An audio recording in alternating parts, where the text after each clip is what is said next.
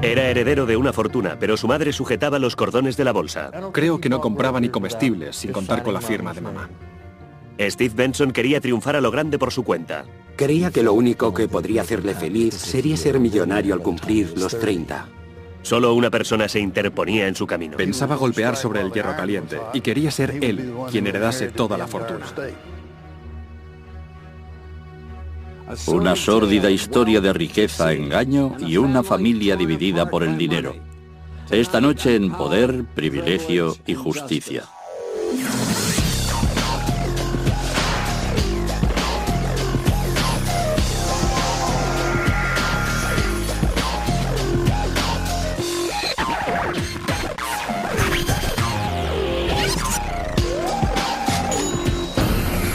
Crímenes imperfectos, ricos y famosos. Dinero sangriento.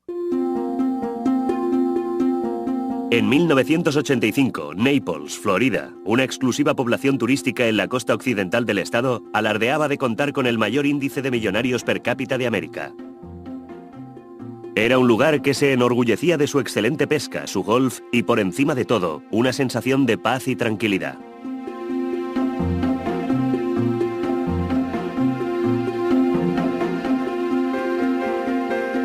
A las 9:18 de la mañana del 9 de julio, la acaudalada heredera del tabaco Margaret Benson se disponía a salir en coche con sus 3 hijos. Su casa estaba situada en Quail Creek, una exclusiva comunidad vallada construida en torno a 2 campos de golf.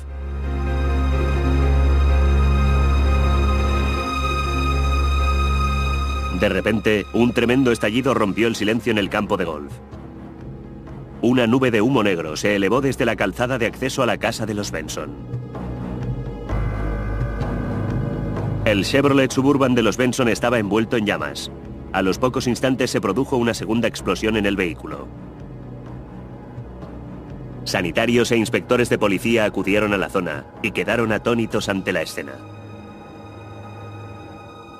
Cuando contemplamos el vehículo, lo primero que pensamos fue, o esto es un asesinato, o esta gente tiene un fantástico caso contra la General Motors. La destrucción era increíble. El aspecto que tenía era como si hubieras cogido una lata de cerveza y la hubieras pelado como un plátano, dejándola abierta con los bordes dentados. Era lo que quedaba de un Suburban de 1978. Nos dimos cuenta de que el metal había estallado hacia abajo, mirando al suelo, y en ambos casos había cráteres de considerable tamaño. Nuestra teoría fue que en el vehículo había habido 2 bombas distintas. Margaret Benson y su hijo de 21 años, Scott, yacían en extremos opuestos del coche. Carol Lynn, la hija de mediana edad de Margaret, estaba echada sobre la hierba, sollozando. Estaba fuera, en el suelo. Se había arrancado la blusa y se estaba quemando. Carol Lynn tenía quemaduras de 3er grado en el 30% de su cuerpo y fue llevada de inmediato al hospital.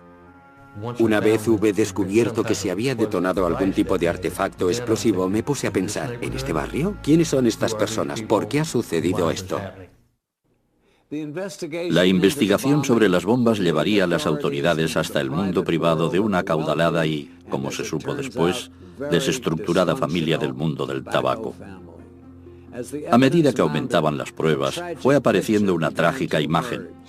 Esta contaba la historia de un hijo olvidado, un oscuro secreto familiar y un asesinato tan despiadado que haría estremecer a los investigadores. Mientras los artificieros examinaban los residuos en el jardín delantero, los inspectores entraron en la casa. Dentro encontraron a Steve Benson, el hijo mayor de Margaret. Steven no se había subido al coche, y a los inspectores les pareció extrañamente insensible ante el desastre. Yo habría estado chillando y gritando contra la persona que había hecho aquello, y habría exigido acompañar a mi hermana en la ambulancia al hospital. Steven no hizo ninguna de esas cosas. Los inspectores pidieron que se llevaran el coche y se volvieron a reunir en la oficina del sheriff para comparar notas sobre lo que habían visto en la casa. Fue más o menos como decir, aquí hay algo que no encaja. Al menos tenemos un punto de partida, y en todos los homicidios todo el mundo es culpable hasta que los vas descartando, así que empecemos por lo más obvio. La familia de Steve Benson había hecho su dinero 1.600 kilómetros más al norte, en Lancaster, Pensilvania. Su abuelo, Harry Hitchcock, pasó de la pobreza a ganar una fortuna. Su empresa, Lancaster Leaf, era una de las tabaqueras más importantes del mundo. Pero Hitchcock era un hombre religioso y el dinero significaba poco para él. La hija de Hitchcock, Margaret, se casó con Edward Benny Benson, un perspicaz hombre de negocios como su padre. Y en 1945 Benny pasó a formar parte del negocio familiar. Tuvieron una hija, Carol Lynn, y 7 años después un hijo, Steven. Durante su infancia, su padre se ausentaba a menudo de casa por trabajo. Aparentemente era un padre muy estricto y no especialmente afectuoso, por lo que me han dicho. Salía mucho de viaje por carretera y por lo que parecía no prestaba tanta atención a lo que sucedía en casa como al negocio familiar. En Lancaster, los Benson derrochaban el dinero. Tenían una casa de 17 habitaciones, una piscina olímpica y accesorios de baño de oro de 14 quilates. Los veranos los pasaban en su casa de la playa en Nueva Jersey y los inviernos en un chalet de esquí en Canadá. Compraron juguetes, ropa, minimotos, motos de nieve y un almacén para guardarlo todo. La sociedad de Lancaster no estaba habituada a una conducta como la suya. Era una pauta de consumo muy conspicua para esa pequeña ciudad de Pensilvania. Benny y Margaret daban a Carol Lynn y a Steven todo lo que querían, pero dejando muy claro que se les podía arrebatar todo si no hacían lo que sus padres deseaban. Era una forma muy compleja de demostrar su amor. Era, si sois buenos, os ayudaremos. Si sois malos, os castigaremos. Carol Lynn resultó ser una belleza, con el pelo teñido de rubio para parecerse a su madre. Margaret no reparaba en gastos con su hija, animándola desde bien joven a hacer de modelo y a competir en concursos de belleza. Y se llenó de alegría cuando su hija quedó segunda en el certamen de Miss New Jersey en 1966. Entretanto, Steven intentaba ser un buen hijo y satisfacer las expectativas de sus padres. Creo que poseía un carácter solitario, aparentemente más sensible y desde luego más introvertido que el de su hermana. Y creo que en gran medida Steven ocupó el asiento trasero en esa familia. Steven tenía un don para la electrónica y se pasaba horas a solas en el sótano construyendo radios y televisores de fabricación casera. Cuando Steven tenía 13 años, Carol Lynn partió para la universidad y por fin llegó para Steven la oportunidad de gozar de toda la atención de sus padres.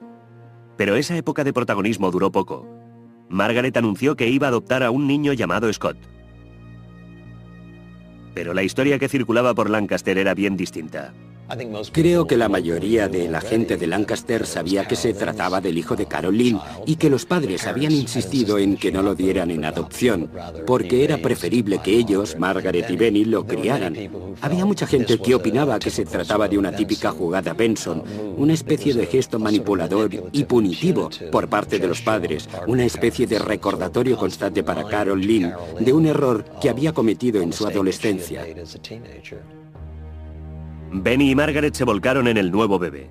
Una vez más, Steven, el buen hijo callado, quedó al margen.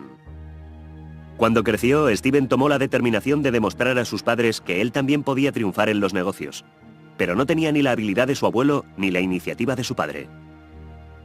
Steven parecía no hacer nada a derechas, el pobrecillo. Una vez, él y su padre fueron a cazar pavos. Steven abatió a un ave y corrió junto a su padre, rebosante de emoción por su trofeo.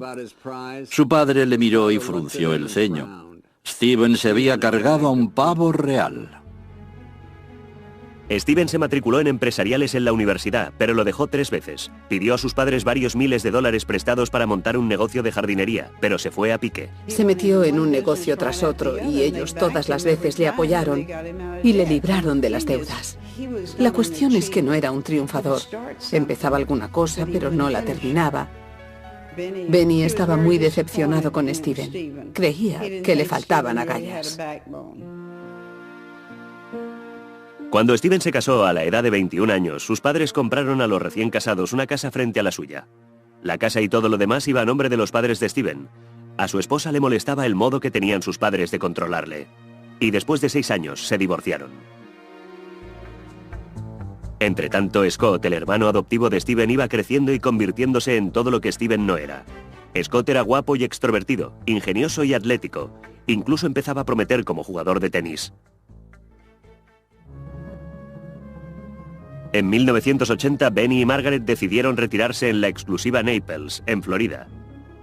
Steven había vuelto a casarse y Benny le había dado un empleo de bajo nivel con la esperanza de que algún día cogiera el relevo del imperio Lancaster Leaf. Pero Steven aún soñaba con crear un imperio propio. A Benny le habría encantado que Steven le hubiera dicho: oye, papá, voy a ayudarte en este negocio y voy a trabajar a tu manera. Pero él no podía hacer eso. Sencillamente no podía. Hasta que fue demasiado tarde. En 1980 a Benny Benson se le diagnosticó un cáncer de pulmón. Benny había sido siempre quien había controlado la fortuna familiar, repartiendo dinero entre Margaret y sus hijos. Cuando Benny vivía, él lo gestionaba todo. Normalmente ella ni siquiera llevaba bolso. Yo le dije: ¿dónde llevas el billetero? No lo llevo. Pero tienes que llevarlo por el permiso de conducir. No, no lo llevo. Sencillamente no tenían ningún respeto por el dinero. 6 semanas después, Benny moría y a Margaret le quedaba una fortuna de $10 millones. Margaret empezó a buscar ayuda en Steven para administrar el dinero. Steven, a su vez, esperaba poder controlar el dinero y hacer realidad su sueño de ser un hombre de negocios triunfador. Pero a Steven le esperaba otra decepción.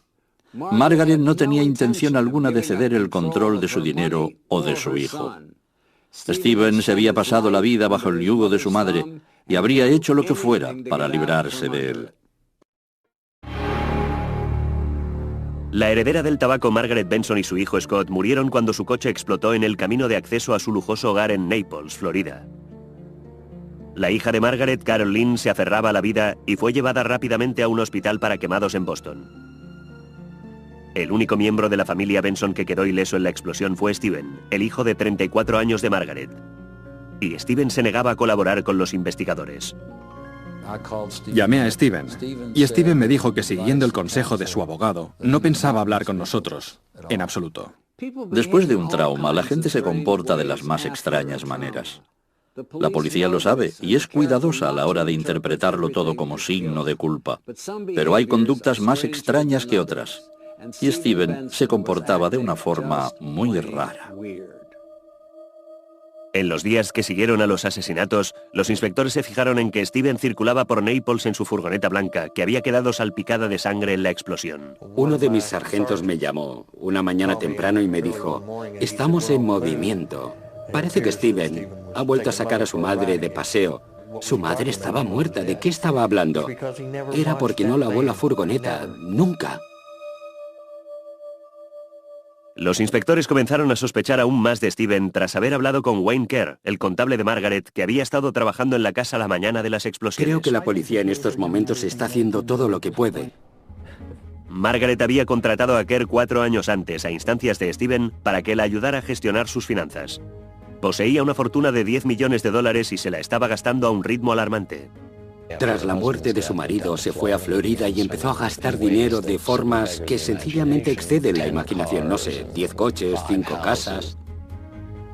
Margaret acababa de comprar una casa de $500,000 en Naples y planeaba construir otra el doble de grande. Compró 2 nuevos yates y le estaban fabricando por encargo una lancha rápida.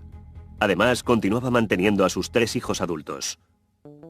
La hija de Margaret, Carol Lynn, tenía 37 años y estaba divorciada con 2 hijos. Carol Lynn quería ser productora en Hollywood. Margaret le pagaba la escuela de cine y le había comprado un apartamento. Scott soñaba con ser uno de los mejores tenistas del mundo, y Margaret le apoyaba con la suma de $7,000 al mes. Cada miembro de la familia quería dar la impresión de ser una persona con un propósito, una persona productiva. Habría sido más sensato que alguien se hubiera buscado un empleo, aunque hubiera sido cocinar hamburguesas o lo que fuera. Sin embargo, eso fue algo que nadie se decidió nunca hacer. No obstante, era Steven el que vaciaba más que ninguno las cuentas de su madre. Se había trasladado con su segunda esposa y sus 3 hijos de Lancaster a Florida. Creía que Naples quizás sería el lugar en el que por fin haría fortuna. La última aventura de Steven en el mundo de los negocios fue una empresa de seguridad llamada Meridian, que instalaba sistemas de alarma en las casas de los ricos de Naples.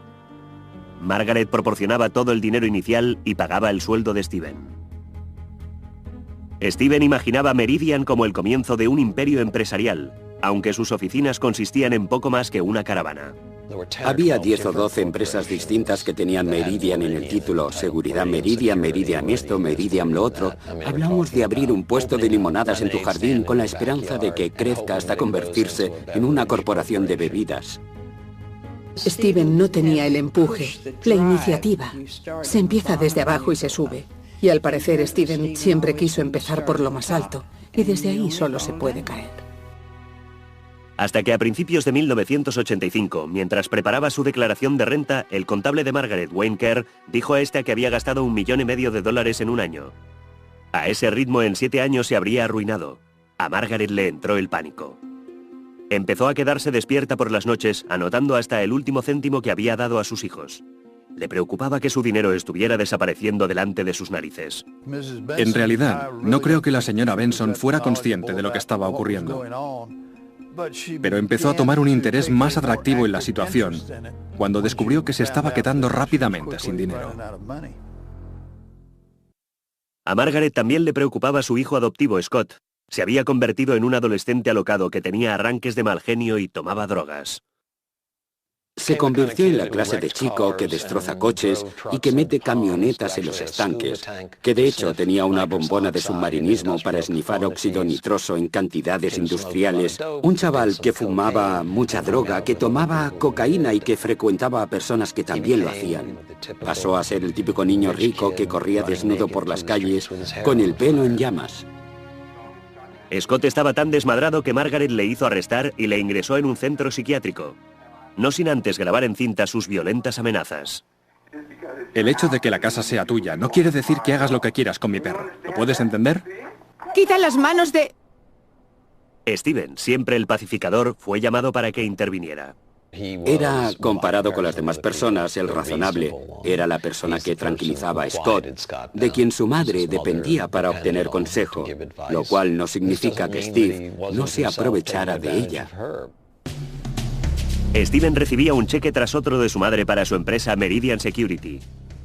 Pero lo que él no le contaba era que la mayor parte del dinero iba a parar a una nueva empresa que había creado en Fort Myers, a 50 kilómetros de allí. Se llamaba Meridian Marketing e iba a ser enteramente suya. Pero a principios de 1985, el contable de Margaret, Wayne Kerr, descubrió la empresa secreta de Steven.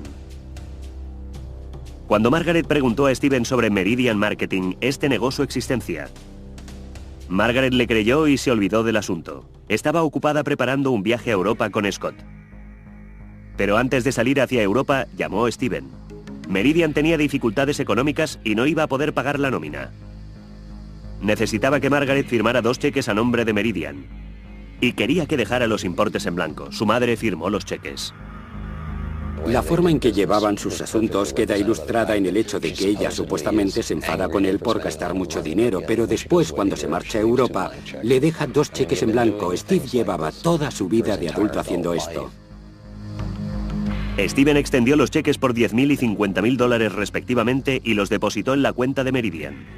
Después extendió otro cheque como anticipo para una nueva casa para él en Fort Myers.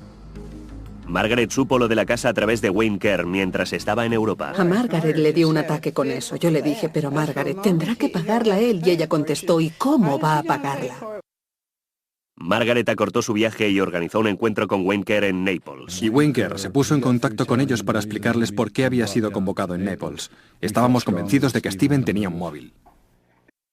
Steven estaba trabajando cuando recibió la noticia de que su madre iba a volver anticipadamente. Los empleados de Meridian le vieron entrar en su despacho y cerrar la puerta. Dicen que oyeron los ruidos que emitía Steven hiperventilando. Steven se había pasado su vida entera siendo el buen hijo, el que intentaba complacer a sus padres, el Benson que nunca se metía en líos. Pero Steven estaba ahora en un buen lío e iba a hacer lo que fuera por salir de él. El lunes 8 de julio de 1985, Wayne Kerr y Margaret fueron a las oficinas de Meridian a preguntarle a Steven de dónde había sacado el dinero para comprar la casa. Steven dijo a su madre que se había vendido el coche, un Datsun 280 ZX. Margaret condujo hasta Fort Myers con Wayne Kerr para ver con sus propios ojos la nueva casa de Steven. Cuando su madre llegó allí y vio el Datsun 280 ZX, se dio cuenta de que Steven continuaba sin decirle la verdad. Se enfadó mucho y empezó a pensar en modificar drásticamente el panorama económico de Steven. Margaret estaba ya harta. Dijo Steven que Wayne Kerr iba a volver a su despacho al día siguiente para revisar los libros de la empresa. A Steven no pareció importarle. Durante toda su vida, su madre le había dado dinero y su madre se lo había quitado. Jamás tuvo una casa propia, jamás tuvo un coche propio, nunca. Creo que no compraba ni comestibles sin contar con la firma de mamá. Y de repente, ya estamos otra vez. Ella vuelve a hacerle lo mismo. Y creo que muy posiblemente Steven dijo, sencillamente, se acabó, basta. La explosión que mató a la millonaria Margaret Benson y a su hijo Scott había dejado escombros por todo su elegante barrio de Florida. La explosión fue tan tremenda que los inspectores tuvieron que recoger de las puertas mosquiteras los pedazos del Suburban que llegaron hasta las 3 mansiones de distancia. Intentar recomponer la bomba fue una ingente tarea, pero era su mejor opción si querían atrapar al asesino.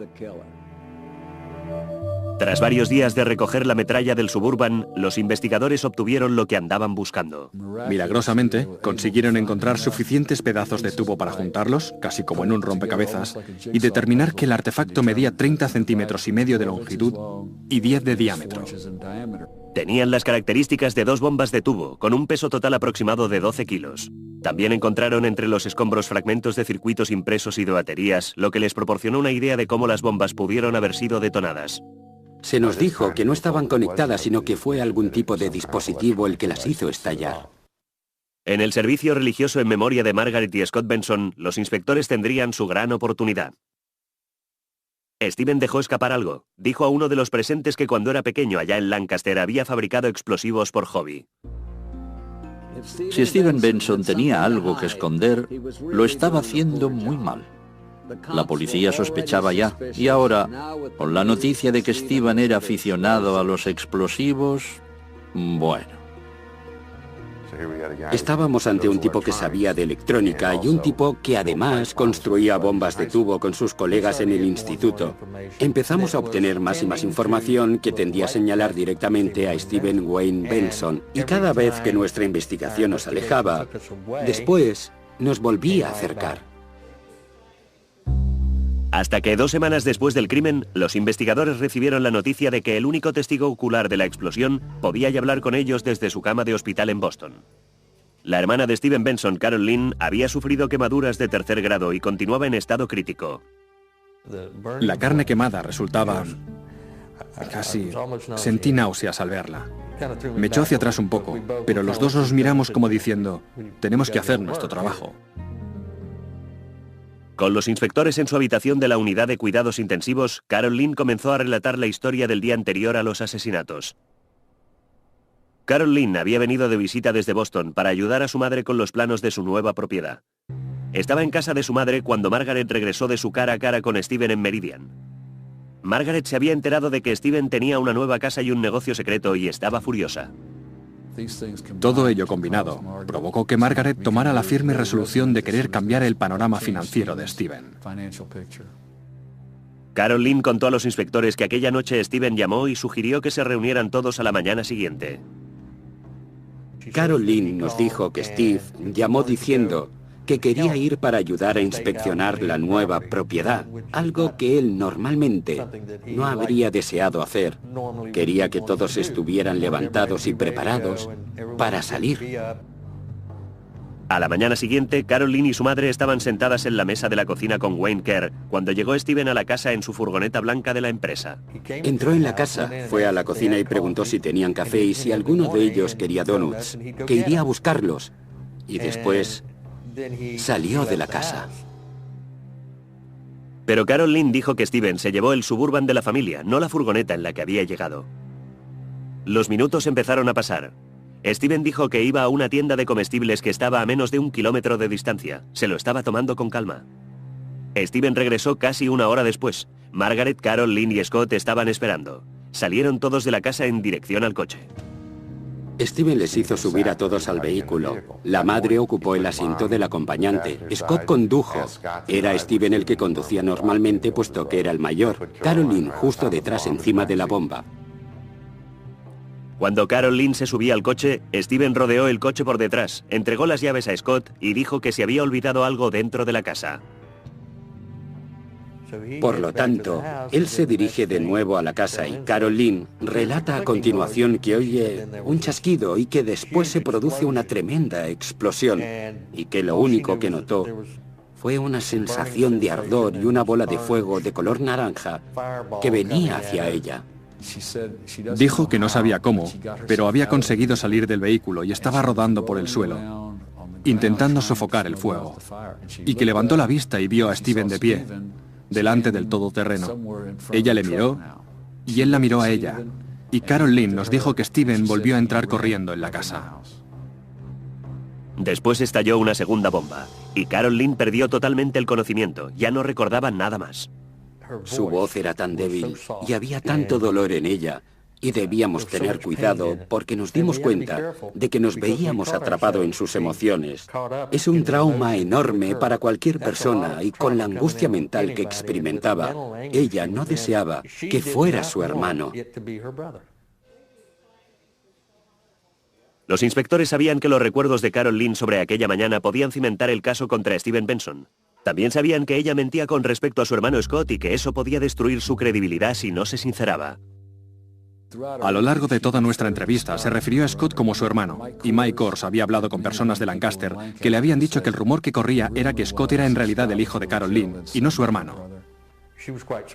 Se sorprendió mucho cuando le planteamos ese tema. Le sorprendió mucho que estuviéramos al corriente, y cuando dijo, sí, Scott es hijo mío, fue algo casi triste cuando lo dijo. Podía haberlo negado y plantarnos cara. No lo hizo. Eso puso muy de relieve para nosotros, como representantes de la ley, que se trataba de una verdad difícil.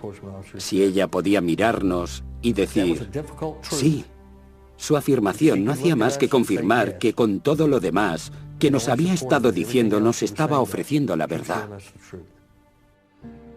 La extraordinaria confesión de Carol Lynn a los investigadores sobre Scott le proporcionó credibilidad, y la versión que les relató sobre lo sucedido la mañana de la explosión situó a Steven Benson directamente en el punto de mira.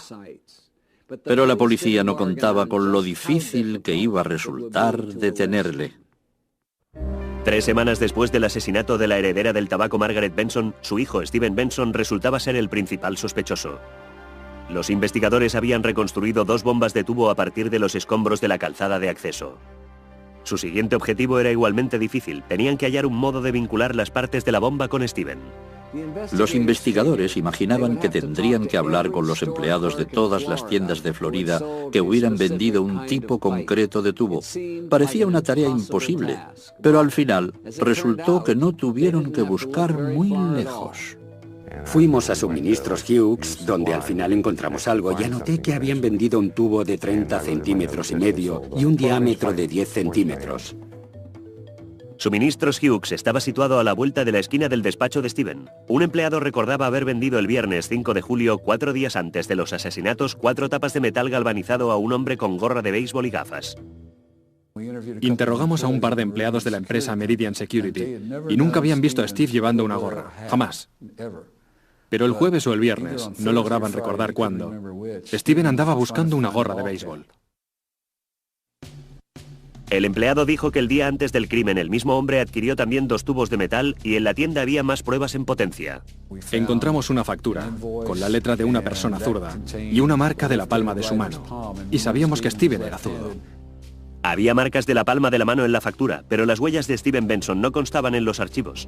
Steven había contratado a un abogado llamado Mike McDonnell. McDonnell no estaba dispuesto a permitir que la policía se acercara siquiera a su cliente. Nos preguntaron si Steven facilitaría sus huellas palmares. Y dijimos, no. Consigan una orden, si pueden. Los investigadores del condado de Collier sentaron un precedente legal. Extendieron una orden de registro para las huellas dactilares de Steven, algo sin precedentes. Cuando llegaron al bufete de su abogado para tomar sus huellas palmares, Steven estaba tranquilo. El teniente Jack Gent fue quien le tomó las huellas. Y pregunté al teniente Gent qué opinaba. Y me dijo, pues, o es un asesino desalmado, o es totalmente inocente, porque he tomado las huellas a aspirantes a puestos de profesores en colegios, a los que les temblaban las manos más que a él. Sus manos estaban firmes como una roca. Las huellas palmares de Steven fueron enviadas de inmediato a un experto forense de la ATF. Las colocó una junto a otra, observó a través de una lupa durante un considerable periodo de tiempo y después dijo, ven aquí, fíjate en esto. Y lo hice. Entonces me dijo, ¿qué te parece? Las huellas coincidían. 5 días después, Steven Benson fue detenido en el bufete de su abogado en Fort Myers. Me senté en el asiento trasero con él y se quedó dormido. No dijo ni una palabra. Se limitó a quedarse dormido en el asiento de atrás. Y yo pensé para mis adentros, menudo hijo de puta despiadado. Steven fue imputado por 2 cargos de asesinato en primer grado y un cargo de tentativa de asesinato. El juicio contra Steven Benson estaba a punto de empezar en julio de 1986, pero el proceso atrajo tanto la atención de los medios que tuvo que trasladarse de Naples a Fort Myers, Florida. El juicio de Steven Benson se ha iniciado alrededor de las 10:30 de esta mañana con la selección del jurado. La atención de los medios de comunicación se ha centrado en Steven Benson porque se le acusa de haber matado a su madre. Fue un juicio inusual, fue televisado de principio a fin. La sala del tribunal estaba abarrotada de escritores y periodistas. Ofreceremos información a lo largo de todo el día e informes actualizados cuando la situación lo permita. Fue el juicio más importante jamás celebrado en el sur de Florida. Y el callado e introvertido Steven Benson tenía un papel secundario en su propio juicio. Las auténticas estrellas eran sus abogados. La defensa y la acusación tenían estilos opuestos. Estaba Mike McDonnell, elocuente, claro, de gran presencia física, un poco ostentoso. Tenía una bella esposa. Conducía un Jaguar. ¿Cómo describiría toda la publicidad previa al juicio? Omnipresente. ¿Qué quiere decir? En todos los sentidos era lo contrario de Jerry Brock y su hermano Dwight. Nos sentimos tremendamente cómodos con la solidez de nuestro caso y nuestras pruebas. Los fiscales Jerry y Dwight Brock se presentaban de manera muy distinta a McDonnell. Te daba la impresión de que eran como de campo y muy lentos, pero lograban arrullarte hasta hacerte entrar en esa zona de bienestar y luego te hacían pedazos, literalmente, sí. La prensa no habría podido pedir mejores personajes. McDonnell era ostentoso y los hermanos Brock eran sencillos. Los periodistas lo llamaban la corrupción en Miami se encuentra con los ricos de Beverly. A medida que el juicio se aproximaba, los hermanos Brock iban acumulando carritos de supermercado llenos de pruebas contra Steven. Pero Mike McDonnell esperaba distraer al jurado con sensacionalistas historias sobre el hermano menor de Steven, Scott. Había gran cantidad de información y pruebas que apuntaban a que estaba muy metido en la droga y quizá en el tráfico de drogas. En Florida, esta clase de ejecución de personas se corresponde con los que tienen diferencias con sus socios en el mercado de la droga. McDonnell solicitó la comparecencia del psiquiatra de Scott para que testificara, pero un año antes había sido acusado de acoso sexual. McDonnell también contrató a una experta en selección de jurados, pero resultó que había sido arrestada 3 años antes por pagar para que mataran a su novio. La defensa de Steven iba a ser un buen espectáculo. En medio de todo el revuelo previo al juicio, Steven Benson continuaba callado. Steve Benson se limitaba a estar allí sentado. Era un agujero negro. Era algo en torno a lo cual giraba todo lo demás. La única superviviente de la explosión había salido del hospital y estaba dispuesta a testificar. Todo Fort Myers esperaba poder vislumbrar a la testigo estrella del juicio, la hermana de Steven, Carol Lynn. La antigua reina de la belleza tenía ahora unas horribles cicatrices, pero Carol Lynn estaba a punto de robar una vez más el protagonismo a su hermano menor, Steven. El 17 de julio de 1986, el juicio contra el heredero del tabaco Steven Benson comenzó en Fort Myers, Florida. Con la muerte de su madre y su hermano en la explosión de su coche, Benson podía haber pasado a ser el único heredero de una fortuna de $10 millones. En cambio, ahora se enfrentaba a la pena de muerte. Ken, el titular de hoy ha sido los alegatos iniciales y el comienzo de los testimonios. El juicio ha empezado. Esta mañana, Benson parecía estar llorando en la sala del tribunal al concluir los alegatos iniciales. Quisiera que miraran a este hombre, mi amigo Steven Benson. Steven no tenía a nadie a su lado. Su esposa Debbie se había ido a vivir a Wisconsin con sus padres, llevándose a sus 3 hijos. Y su hermana era testigo de la acusación. Steven estaba tan solo en la sala del tribunal que su abogado Mike McDonnell pidió a su suegra que viniera a la sala y charlara con Steven delante de los miembros del jurado. La prensa la apodó Mamá de Alquiler. El segundo día del juicio llegó la testigo estrella de la acusación, la hermana de Steven, Carol Lynn. Creo que a ella le resultó muy difícil creer que Steven podía hacerlo. No deseaba en absoluto implicar a su hermano. El jurado estaba absorto mientras Carol Lynn volvía a relatar los momentos posteriores a la explosión. Era la primera vez que decía públicamente que Scott era su hijo. Pude ver el cuerpo de mi hijo tendido en el suelo. Y supongo que ver el cuerpo de Scott y verme a mí en llamas fue lo que me hizo reaccionar. Y me di cuenta de que el coche estaba ardiendo y que tenía que salir. Lo siguiente que recuerdo es que vi a mi hermano Steven de pie en el camino. ¿Recuerda lo que estaba haciendo? Solo miraba hacia adelante fijamente. ¿Qué hizo usted cuando se dio cuenta de su presencia en el camino? No podía entender por qué no se acercaba a ayudarme.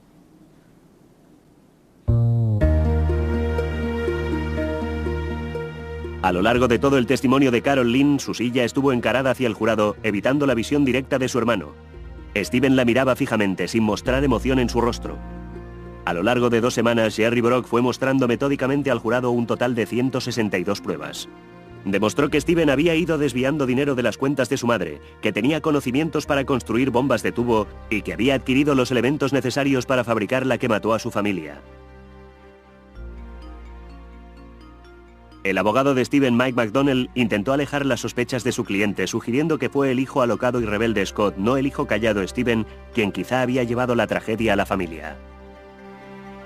Y no pretendo hablar mal de los muertos, pero los hechos hablan claramente de que Scotty había tomado la dirección equivocada.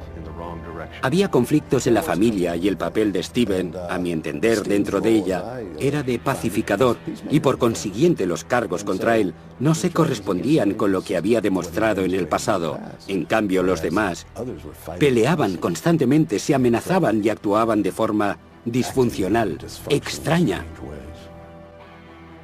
Presentó la grabación que Margaret hizo de las violentas amenazas de Scott hacía más de un año. Aquí todo el mundo sabe que tú lo llamas mi perro. ¿Lo estás oyendo, madre? Y escucha cuando te digo que lo dejes fuera de la casa. El hecho de que la casa sea tuya no quiere decir que hagas lo que quieras con mi perro. ¿Lo puedes entender? ¿Eh?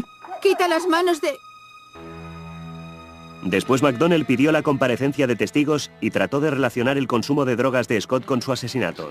Scott tenía una botella de óxido nitroso, coca, y fumaba también porros. ¿Cuánto tomaba Scott Benson? Una vez inhaló también. ¿Y qué hacía Scott con toda esa cocaína? Se la metía por la nariz. El problema era que nunca se podía identificar a Scott como un importante traficante de droga. Se podía decir que Scott había comprado una bolsa de marihuana, un poco de nitroso o alguna otra cosa, pero siempre en pequeñas cantidades. Creo que la defensa hizo lo único que le quedaba por hacer. La única cosa que se puede hacer cuando tu cliente es obviamente culpable. Utilizar la defensa de «eso lo hizo otro». El juez se limitó a decir «está lanzando mierda a la pared a ver qué se pega». El juez Hugh Hayes estaba muy molesto con el equipo de la defensa por desperdiciar el tiempo del jurado con habladuría sobre el hermano de Steven, Scott. Eso es de segunda división. Y en esta clase de juicio, con todo lo que hay en juego, en cualquier tribunal, es irritante. El alegato final de Jerry Brock fue irrecusable. Estaban las pruebas físicas, las huellas palmares, la factura y los estados de cuentas bancarios. Y estaba el claro retrato que pintó Brock de la relación de Steven con su madre. El hijo malcriado y resentido que mató para escapar de las riendas controladoras de su madre. Yo estaba sentado junto a Carol Lynn cuando escuchaba a Jerry Brock detallando todas las pruebas contra Steven. Me preguntó cómo esperaba poder salir impune de esto. Durante toda su vida, Steven Benson había sido eclipsado y marginado. Ahora ocupaba el centro del escenario y su público de jurados estaba a punto de decidir su destino. El juicio de Steven Benson por el asesinato de su madre y su hermano duró 3 semanas. Su suerte estaba ya en manos del jurado. Hacia el final del juicio, el patriarca de la familia Benson, el abuelo de Steven, Harry Hitchcock, llegó desde Lancaster, Pensilvania. Harry Hitchcock debió quedar destrozado. Como tantos otros que han forjado un imperio, él había salido de la nada creando una fortuna que dejara a sus hijos y estos la habían despilfarrado. Observadores presentes en la sala aquel día dijeron que ni una sola vez miró a su nieto Steven. El jurado tardó un solo día en llegar a su conclusión. Veredicto del Estado de Florida contra Steven Benson. El acusado es culpable del cargo de asesinato premeditado en primer grado. Señora Foster, ¿es ese su veredicto? Sí. Cuando se leyeron los veredictos de culpabilidad, Steven reaccionó con una absoluta falta de emoción. Cuando era conducido al exterior del Palacio de Justicia, los periodistas le gritaban preguntas. Él ni contestó. A la hora de dictar sentencia, el jurado estaba dividido con respecto a la pena de muerte. En todo este tiempo, Steven no ha hablado nunca con la prensa. Solo Steven sabe por qué lo hizo. ¿Por qué lo hizo realmente? Después del veredicto hablé con un miembro de la acusación que me dijo que él no creía que el móvil fuera económico. Opinaba que era personal y psicológico, porque su madre era manipuladora, controladora, y él veía a esas alturas de su vida que mientras ella estuviera viva nunca conseguiría librarse de su yugo. Por consiguiente, decidió matarla, y matar también a su hermana y a su hermano. Una de las cosas que siempre me resultó absolutamente reprensible de este caso era que Steven había matado a la mujer que le había dado la vida. Y enfocándolo desde el punto de vista de mis valores, creo que no se puede ser más malo. Duele, duele. Y yo sé muy bien que si Margaret estuviera viva, y aunque Margaret supiera lo que había pasado, sé que en su corazón, hasta cierto punto, aún sentiría mucho amor por Steven. Al final, Carol Lynn heredó el grueso de la fortuna de $10 millones de su madre. Y a Steven no le quedó nada. Es una persona que procede de una familia muy adinerada, pero ese hombre tenía tan poco dinero que después del juicio no pudo pagar siquiera una transcripción mecanografiada del proceso para poder presentar una apelación. El patriarca de la familia Benson, Harry Hitchcock, murió en Lancaster 3 años después del juicio. Harry Hitchcock creía que su dinero había corrompido a sus hijos y sentía grandes remordimientos por ello. Y creo que al final tomó la decisión de que cuando muriera, su dinero se entregara a varias organizaciones benéficas y solo una cantidad limitada se entregara a la familia.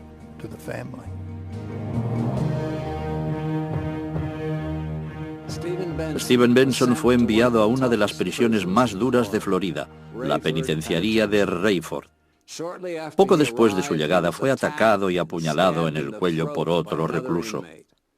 Steven sobrevivió, pero recibió el mensaje: los chicos que matan a sus madres no están muy bien considerados entre rejas. Dominic Dunne para la televisión judicial.